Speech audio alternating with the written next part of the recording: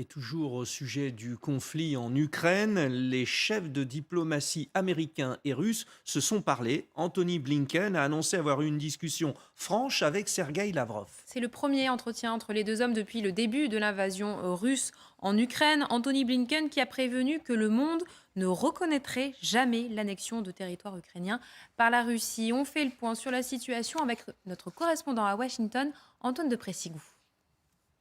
C'est la première fois depuis le début de la guerre en Ukraine en février dernier que les deux hommes échangeaient. Anthony Blinken, le secrétaire d'État américain d'un côté, Sergueï Lavrov, son homologue russe, à l'autre bout du fil. L'objet principal de cet appel, c'était la libération de deux Américains détenus en Russie, une basketteuse et un ancien soldat. L'administration américaine parle d'une offre conséquente faite à la Russie pour libérer les deux prisonniers.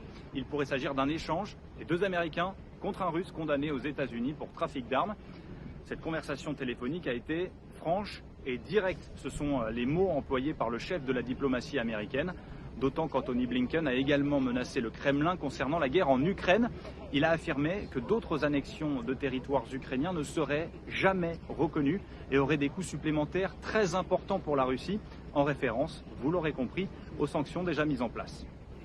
Merci Antoine de Pressigou. Vous parlez de cette pression mise par Anthony Blinken. Il a également demandé à son homologue russe d'honorer son engagement au sujet des exportations de céréales. L'accord a été signé la semaine dernière entre les deux belligérants à Istanbul, en Turquie. 25 millions de tonnes de blé sont bloquées dans les ports de la mer Noire. Sortir ces navires, une dizaine de navires, c'est une mission très compliquée car il faut emprunter des corridors en mer Noire. On rejoint Charline Hurel et Axel Charles, Messens.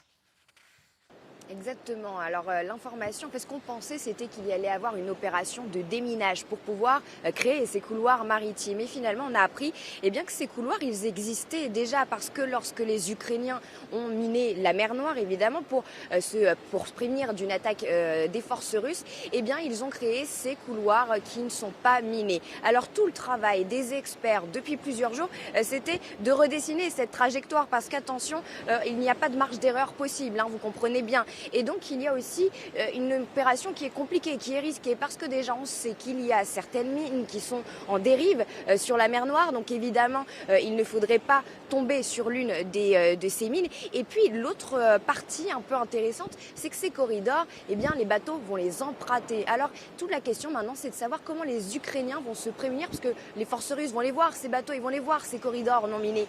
Qu'est-ce qui va se passer ensuite? Est-ce qu'ils vont reminer ces corridors? Vous voyez, beaucoup de questions, et cette opération, en tout cas on nous le dit avec les hommes à bord, qui est très risquée et forcément avec beaucoup de questions mises en suspens. Merci Charline Hurel. Le monde et ses contrariétés. Nous